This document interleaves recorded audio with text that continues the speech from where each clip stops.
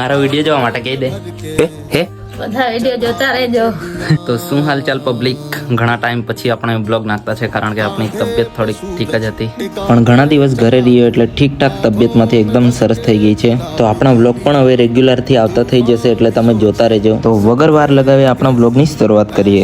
આજે તો બેગ મેગ મસ્ત તૈયાર કરીને મેં નીકળી ગયો મમ્મી જોડે ડેડિયાપાડા જવા માટે, કારણ કે હું જઈ રહ્યો છું હવે આણંદ. મેં પકડી લીધી ડેડિયાપાડાથી ડાયરેક્ટ આણંદની બસમાં ચડતાની બરાબર મેં લઈ લીધો 2-3 કલાકનો આરામ ને આ ખુલી. તો હવે આપણે પહોંચી ગયા છે આણંદમાં. તો આપણે ઉતરી ગયા હતા જૂના બસ ડેપો ત્યાં, કારણ કે મારે લેવાના હતા સુપર માર્કેટમાંથી ચંપલ. તો હું આવી ગયો હતો એક શોપ પર જ્યાં આપણે ચંપલની પસંદગી કરી લીધી. પછી ચંપલને ઠેડીમાં ભરાવી નીકળી ગયા હોસ્ટેલ તરફ જવા માટે. રસ્તે મને દેખાઈ ગઈ ચશ્માની શોપ, ત્યાંથી આપણને આ ચશ્મા પસંદ આવેલા. આપણા પર કેવા લાગતા છે કોમેન્ટ કરી દેજો, લાગુ ને હીરો જેવો.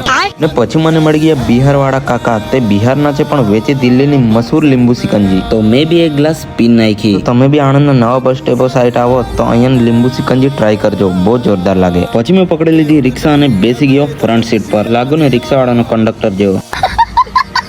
મહાનગરપાલિકા આવી એટલે હવે તો આણંદ વિદ્યાનગરના રસ્તા વધારે પડતા ચમકવા લાગ્યા છે. બધા જ ઝાડવાને લાઇટ મારી દીધી છે, પણ બહુ મસ્ત લાગતું છે. પછી મેં પહોંચી ગયો કરમસદ ને અહીંયા છે ખુશી મગ પુલાવ. તો મારા દોસ્તાર લોકોને બી ખુશ કરવા માટે મેં લઈ લીધું મગ પુલાવ. તો આજના વ્લોગની સમાપ્તિ અહીંયા જ કરી છે. વ્લોગ પસંદ આવ્યો હોય તો લાઈક, કમેન્ટ અને ફોલો કરતા જજો.